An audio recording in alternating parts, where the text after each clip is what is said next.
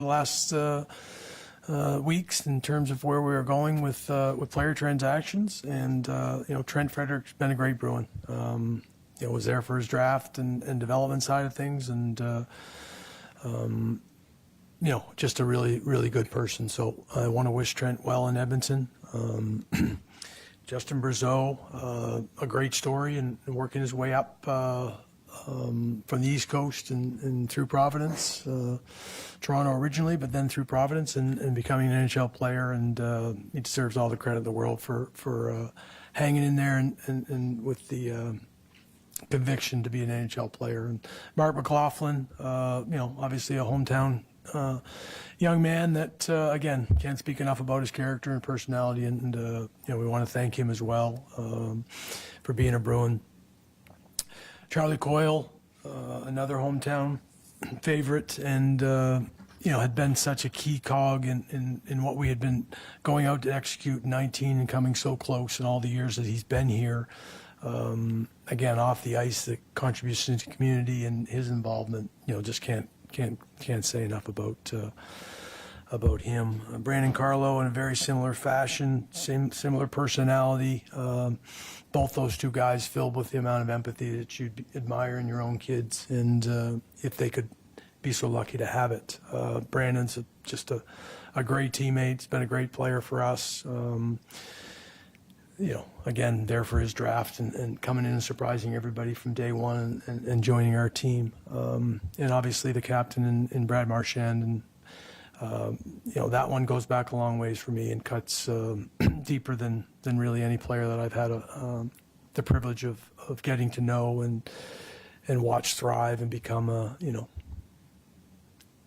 Hall of Famer and a great, one of the greatest Bruins ever. So a difficult day from that standpoint, personally and professionally. It's making some very difficult decisions, and want to wish each and every one of them well. They're going to teams that we are jealous of. We've been in the same situation with those teams that they're loading up. And had we done our jobs, if I had done my job appropriately, starting there, we would be adding like we have in 10 previous years. So I'll leave it at that for now, but I'll take your questions. Both you and Brad have said you wanted to keep him here and you want to stay here. Why were you not able to get that over the goal line? Just had a gap. Deep down we had been talking, really from day two, I think, of free agency in terms of what his intentions were and where we were at. And we always had a bit of a term gap that took us a while, and felt that we had been able to bridge that. But again, a player is more than entitled to have an understanding of what they think their market value is and do what's best for them. And I have to always respect that. There's never, an ounce of me that won't respect what that player thinks is best for he and his family. And that's the decision that was made. And then we had to make a really, really difficult decision to say, well, let's give Brad another opportunity, with a really good team, and then he can make his decision, as what he thinks is best moving forward. Did you present him with multiple options, or did he go to you and say, I'd like to go to X, Y, or Z, or how did this transpire between yourselves and Florida Panthers? No, I worked off of, Brad's, his representatives have known that there were teams were interested, worked off of his trade restrictions, and we had some conversations right at the very end in terms of what maybe his preference, but not necessarily a specific location. And ultimately, we made a decision to, for him to be in the East and on a really good team. What do you see for the future? Has this moved from a retool to a rebuild? No. The players that we've identified, in Casey coming in right away, addresses, some of the skill sets needs that you look at our power play that we need to improve upon in some areas. And center ice is an area that we're trying to start to drive play, and he has a skill set for that. Fraser Minton, from a draft standpoint and how much we valued his abilities, has a lot of the Charlie Coyle's qualities as a player, and the leadership qualities that we identified at the draft and subsequently afterwards, again, I hope he grows into, because of the high regard that I have Charlie. And Will Zellers is, one of the top scorers in the USHL, another player that we specifically, had gone after and targeted to add. And you start to look at draft capital that we had been spending over a course of most of the years. It starts to take its toll. And you have to have a little bit of a step back approach at times. Did we come in this morning knowing that we were making every one of these moves? No, but we were prepared if the things that we would like presented. And regardless, that's a difficult thing. But, the message is clearly not about, we didn't burn it down. We have a lot of guys. Now, a couple of those guys in particular are injured that are big players and pieces for our group. Now we have to do a better job of building around it and charting the course that says we're back. And that's the job.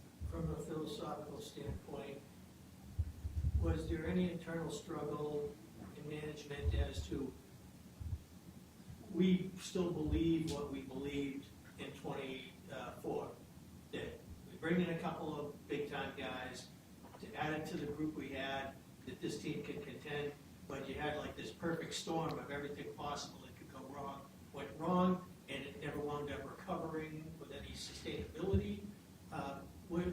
Was there any temptation to say that, look, I know you like it, but we really believe that if we tried this again and we had a fair shake to begin with, as far as circumstance goes, that maybe this thing doesn't go the way it went? I think you're right, that those are the internal struggles you have as a manager to chart the proper course. If we just run it back, are we risking repeating some of the same mistakes? Have we improved enough? Can we continue to improve? And that's the tipping point, making a decision that says, we've had a good run. We did not complete the ultimate goal. We were close as you're probably going to get other than going to overtime in that game. And those are tremendous players. They've been tremendous Bruins. And now we've got another wave that we have to find and see if we can build back to that area. And I don't think we're going to be far away from being the competitive team that we should and could have been this year for a lot of the reasons. No excuses from a standpoint. Injuries happen to everybody. Getting through those things. The series of games, if you break things down, even last night's hockey game is just one of those things. It's like, man, like they played well last night, but they couldn't finish the job in the situation, again, an unlucky, but luck is only part of it. Injuries are only part of it. And I think you have to be honest with yourself. I think I was honest, previously in saying I was going to take what was acknowledged as a cautious approach, more to the spending aspect of it and where our team was at. And, clearly we looked at the opportunities in front of us to change the direction of things without, just tearing things down. And that's not been part of the DNA of this organization and won't be. Injuries aside, just watching this team this year, what were the areas that you think needed to take a different direction and sort of the aim of, the changes that you were making today and maybe in the off season? What have you kind of identified watching this year as the places that, need to be improved by? Well, our power play has struggled all year. And, that's a problem. So we have to address that, but that's both with personnel and systematically maybe and make some adjustments there. So that's been an area that's put some stress on, the overall offensive production side of things, which is an area we knew was going to be potentially challenged, but if we stayed healthy. Now, we set out the fact that every guy that maybe hit some high sides, we didn't predict that they were going to, but we were below that in those areas. Now, defensively is where the concerns started to come into play, that we were not as tight as what we have been in the past. And good teams get through that. You win in those situations, and we have given it up in those situations. Even I go back to the Ranger game, you're in control of that game. You got Vegas, like you come back in Toronto. Like those are big-time momentum swings that you're firmly in the playoff hunt at that particular time in carrying out what you need to and execute. And we were unable to do that. So that's both personnel driven, that's addressing some of the deficiencies we have. If we don't have enough scoring, can we not extend a lead? A power play has momentum in a game that says, hey, we can put this away. And it took away at times. And it's not just on the power play. Our penalty killing hasn't been quite as good. So, there are areas that we had underperformance, and we have roster areas that we needed to address. And that's, that starts with me. And the other areas that the players themselves have to take some, and they've taken ownership that they haven't played quite as well. But, at the end of the day, going back, Nick's like, we we weren't going to just roll it back. And that's probably the message. Like, we needed to turn a page in some regard, and do a better job, and that's what we'll do. Tom, there's been no announcement on Marchand yet. Is it you get one pick for Marchand, or is there more involved in that? No, it's one pick. And was it something for him, you looked at the gap that you had and said, okay, we're going to get the best deal we can get for him right now, because we don't feel confident that he would resign after the season? So were you just at that point looking for the best deal available, or was there a threshold you felt like you had to hit to still make it work? With his injury, it complicates things a little bit. So you're just basically talking to the teams that are willing to take on that risk, in the position they're in, comfortable that he's going to miss the timeline that's likely, and work through it and find out who's willing to take that and do the best job you can for the organization. Ultimately, once the gap was there that he wasn't going to sign, now whether or not we could have taken the time in between now and then, and maybe it changes, but the time leading up to it hadn't. And that's where the tipping point is, says I have to do what's right for the organization.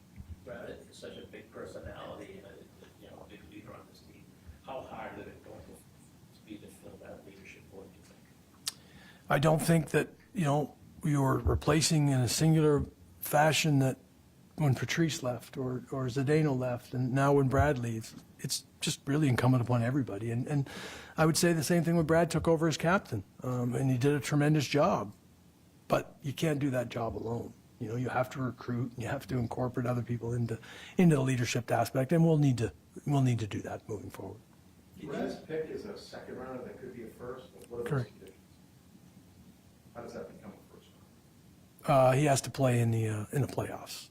Just one game? No, he's got to play 25% of the games moving forward in the playoffs, the first 2 rounds. Did you underestimate how the elite tandem goaltending that you had last season and the season before, that they may have inflated your view of what this team was capable of with the goaltending you wound up getting, which was probably just, could be categorized as good? I would say that I did not underestimate it. I think at times I said that it was a distinct advantage for us to roll out, a goaltender who was at the top of his game, well rested in every situation that we had, for a couple of years. And, did it cover up? Did it help? Well, we offset that somewhere else. It was a position of strength, and it was. And they fed off of it, and they were very, very good. And, ultimately, we had to make a decision based on where our roster construction was moving forward, and we made that. Have we taken a team-wide step back? Yeah, for reasons as I discussed. Defensively, we haven't been as good. Penalty killing hasn't been as good. And their performance hasn't been what it was last year. Do you take a more cautious approach to bringing McAvoy back, and whether it's bringing back at all this year now, based on where the roster is and the unlikelihood? Charlie's return to play will be solely on his health and what the medical staff, says that he's ready to play. He's a driven player, and he's going to want to play when he's healthy to play, and he's happy to see him start to have a slow progression back onto the ice and,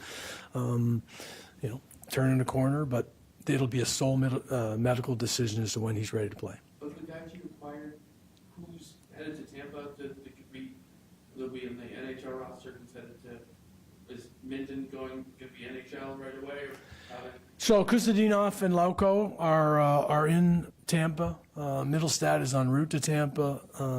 Fraser Minton is actually in Providence because they were playing the Marlies tonight. With unfortunate immigration, he can't change locker rooms like maybe they do in the old days and play for Providence tonight, but we will get that sorted out in short order. Looking at Minton's skill set, what do you see from him that you think he can be part of in this next wave of talent for you guys? Again, it has a lot of the Charlie Coyle qualities. He's a left shot, but he has matchup capabilities. He's got physical strength. He skates well, shoots the puck well. Leadership roles that he's had in his previous team. In talking to the people that have been around the Marlies and the Leafs now, he's a confident kid in that regard, comfortable in his own skin to go out and play to the level and to his skill set, while albeit wants to continue to improve. So we're excited about what his upside is. When you look at that trade, was that more, Carlo has terms though, pretty affordable contract. Was that Toronto being eager to make that move, or are you guys targeting Minton or a combination? I think it's looking at the whole landscape of how many teams were involved in adding defense and where we could maximize. Ultimately, that's what usually it comes down to. Obviously, it's curiosity that it's Toronto and in division, but Buffalo and Ottawa made a pretty significant trade in their own right today. So I think some of that has been dispelled in terms of maybe not a idyllic trade partner. But yeah, Fraser's further along in terms of where the development of other players were, and wasn't just as we tried to identify. It wasn't just about draft picks and draft capital. It was finding players that were in areas of that we wanted to address with our organization, and we've tried to do that. The fact that you did so much over the last couple of days, how much of that do you think was shaped by just the market and the really good returns that were coming in? It was an aggressive market all the way around. You really saw some teams even making one or two. They were, and we've done it. We've been right there in terms of, only one team's win, and we certainly didn't when we really loaded up in that sense. But even in 19, we went after players, and even adding Johansson late in that, that deadline side of it. It was an area that was like, boy, we could really address the depth side of it. So I actually applaud teams when they do it. If they feel like they're in a position, then they should go for it. That's what this league is all about, and trying to win. How long had you anticipated Brad being out? His timeline, is probably 3 to 4 weeks. Don, how involved was ownership in these discussions this week about going this direction, cutting this deep, and how supportive are they of this direction? I mean, the ownership has always been supportive in the mandate of getting better. Ultimately, when you're not in the position you need to be and are expected to be, then what are the changes you can make, first and foremost, and the ones you want to make is paramount, because those two things sometimes are different. Sometimes you want to do things that don't materialize, and you have to wait and be patient. Ownership was acutely aware of every move that we're making for the right reasons that we hope all turn out.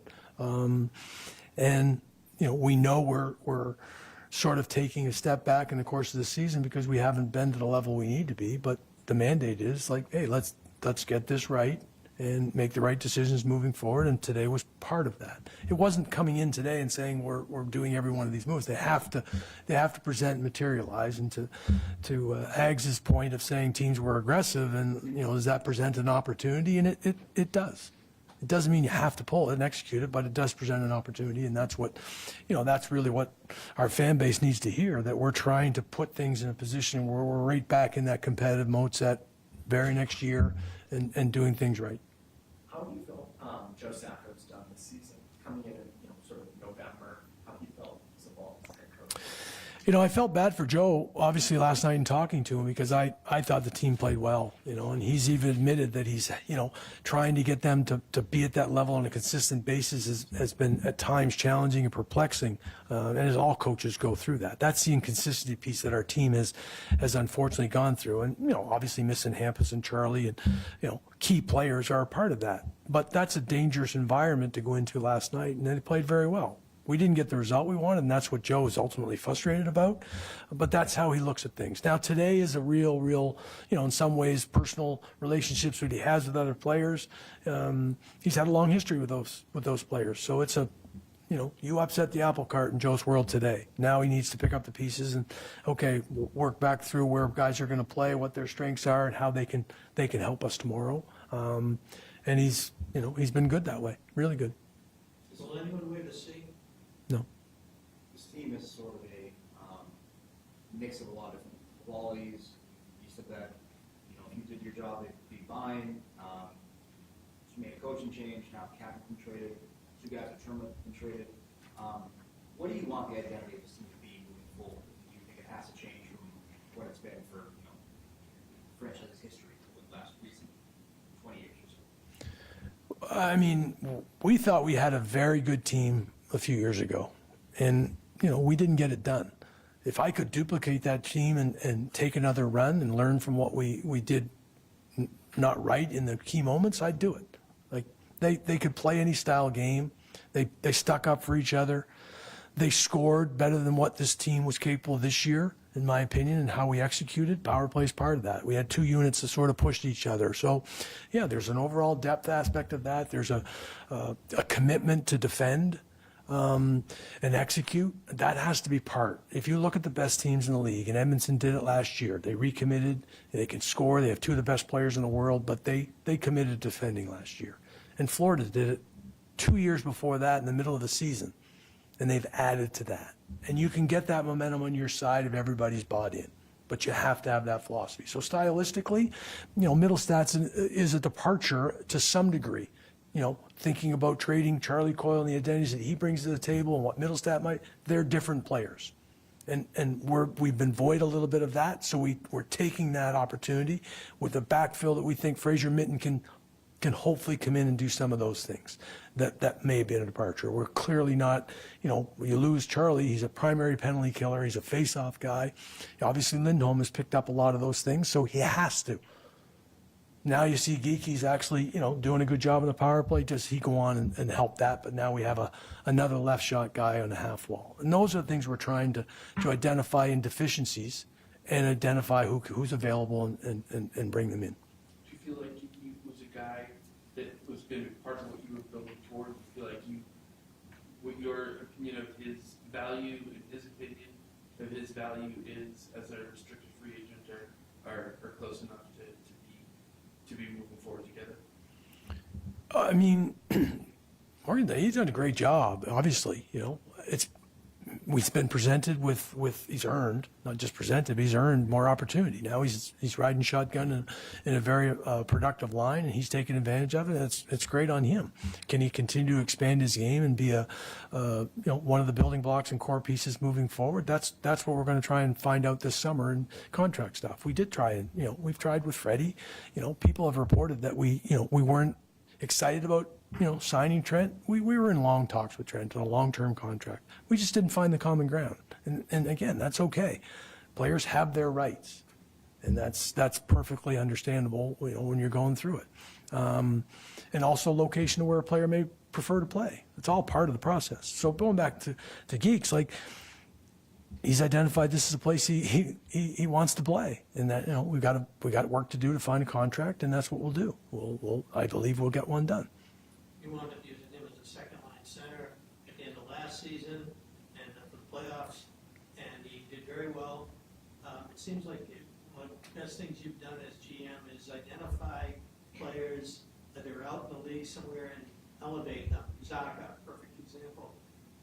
Do you anticipate yourself, now that you've said that this is not a tear down, it's not a rebuild per se, of being aggressive at the draft or during the draft or during the July 1 and trying to identify more guys that you can pick out and try to get them to another level on this team to kind of try to fill this out now? It's what the scouts and stuff do every night when they're at games. They're trying to identify the players maybe being used in a different role. Can he play a little different role in our environment with more opportunity? In case he might be hopefully the next example of that. Wasn't playing on their primary power play. Can he, which he was in Buffalo and doing a good job. So, yeah, those are the areas. The margins are small, and very few of those players necessarily slip through the cracks. It's hard, right? The players are good young players, and so it's difficult. But yeah, that's what you're tasked to do. Again, not to talk about other teams, but Buffalo made an interesting trade today, right? So that's what we made a trade where it's Middlestat and Coyle. They're different players. We have an area that we would like to address. So yeah, 100%. And that's what, the development, the draft, the guys that are in the league are a little further along. The projection might be a little easier, but you never know until you've okay, we're going to give this player a little more rope and a little more of the opportunity and see if he can run with it. We talked a lot about the on-ice stuff, obviously, that spurred on the moves today, but was there an element in your mind of, in the room, the chemistry mix needing to be shook up, changed, something like that at this point too? Did that play into the number of moves and some of the guys with term and just like, the vast number of moves that go into it?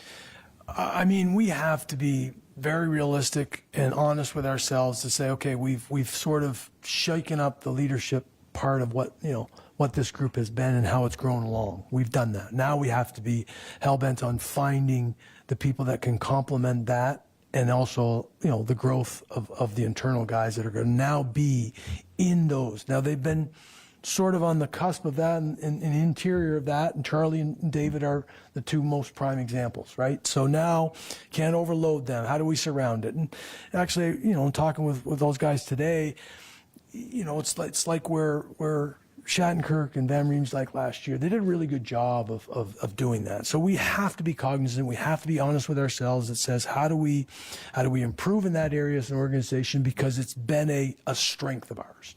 And, whether we did a good enough job, whether the injuries factored into some of that, like, again, Linus leaving, from Sway and the tandem part of it, all those things are new dynamics.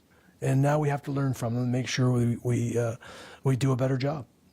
Don, what was David or Charlie's reaction when you talked to them? Again, those conversations are private. I referenced that I spoke to them because I think it's important that I do as a manager and allow them to share how they are feeling, and I'm the same. So, but I'll leave those private. But I think it's important, given the position they have in this organization, the commitment they've made. Time for two more. You mentioned the gap between your camp, yourself, and Brad. Do you think that gap is impossible to close? Or do you think that door is shut, or is there still a possibility that down the road the sides could reconvene? I mean, that's probably a better question for Brad at this point in time, and the emotions that he's going through. I love Brad. I've said all along we've been trying to sign Brad all year long. We just, we had a gap there, and I respect that, where he believes his market value is, and I hope he respects our position because he's beloved here. I would never close the door.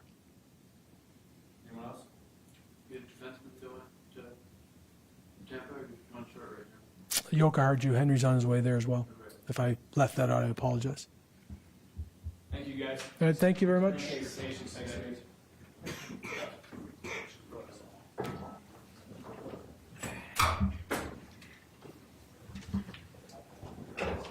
Anything else, much better?